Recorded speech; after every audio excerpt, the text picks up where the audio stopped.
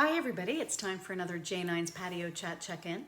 Number 445, we're getting close to 450, and then it will be 50 more till 500. 500 days straight that I have checked in with you beautiful people. Loving it. So, birthdays today, we have a few. It is my dear friend Candy's birthday today, Candy McCarthy, the very same Candy that made me the beautiful wine glass and the beautiful mug and gave me a bottle of wine. So Candy, I hope you had a wonderful birthday with your family.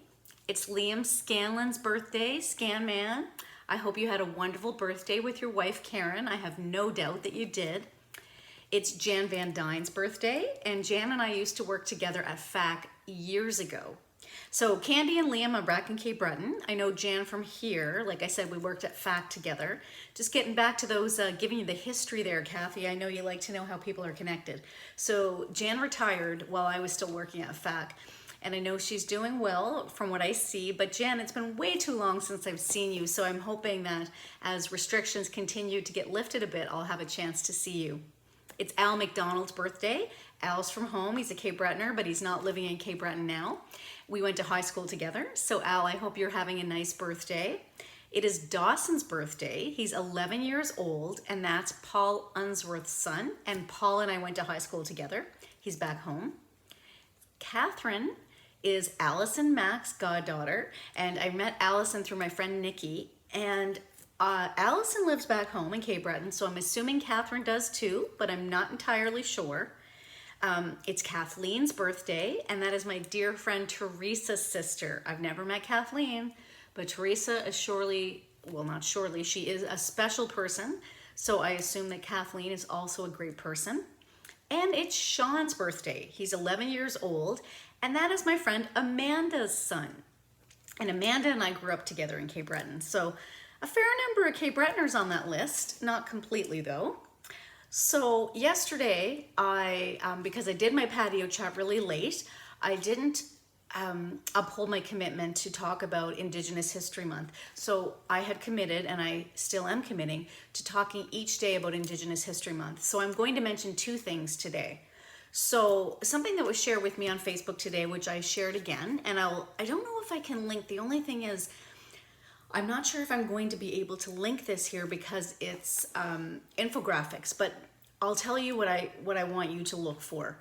So Jenna Rose Sands, she created a zine that is called Atrocities Against Indigenous Canadians.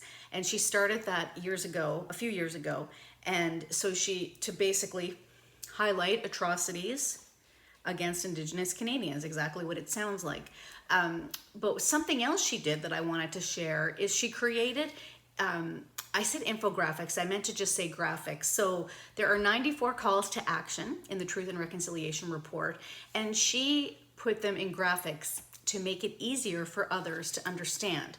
So I'm just gonna read quickly what it says.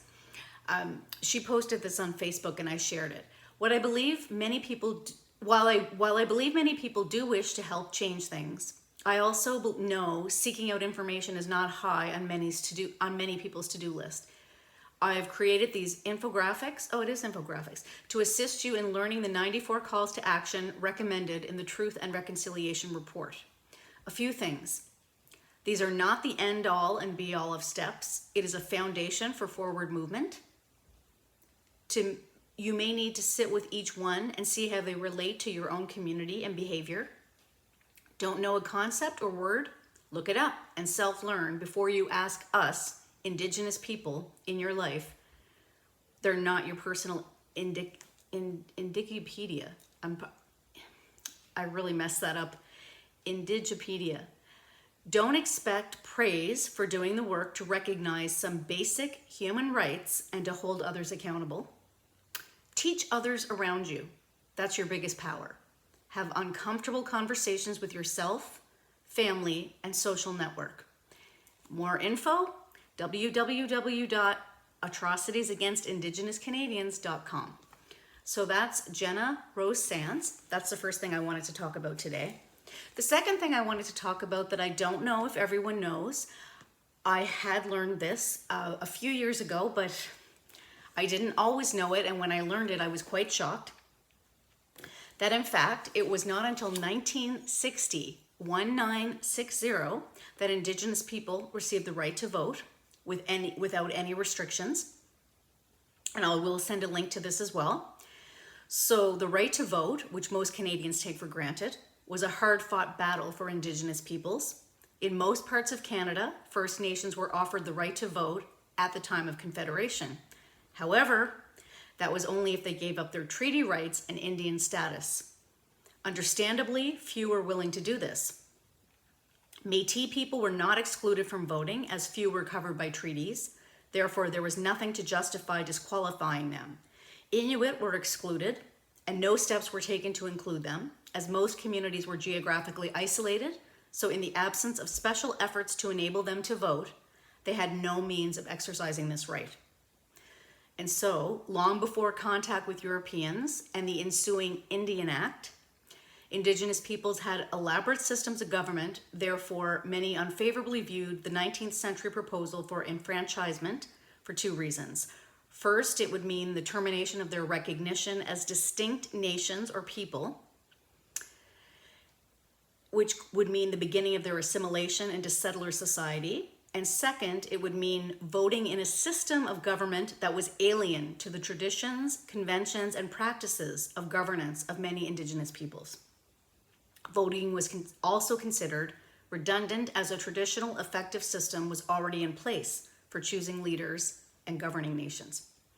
So it was not, again, you can read the entire history, but it was not until 1960, under the leadership of Prime Minister John Diefenbaker, that Indigenous peoples were offered the franchise without having to give up any treaty rights in exchange. Do you realize how 1960? That is not that long ago. So again, I am trying to share information that I have learned, and I've been educating myself, and I educate others with the information that I have. So I had a wonderful evening with Paul and Anita. We ordered a frite. We saw Andrew, MasterChef Canada. Yes, indeed. We saw Andrew and had a lovely chat with Andrew.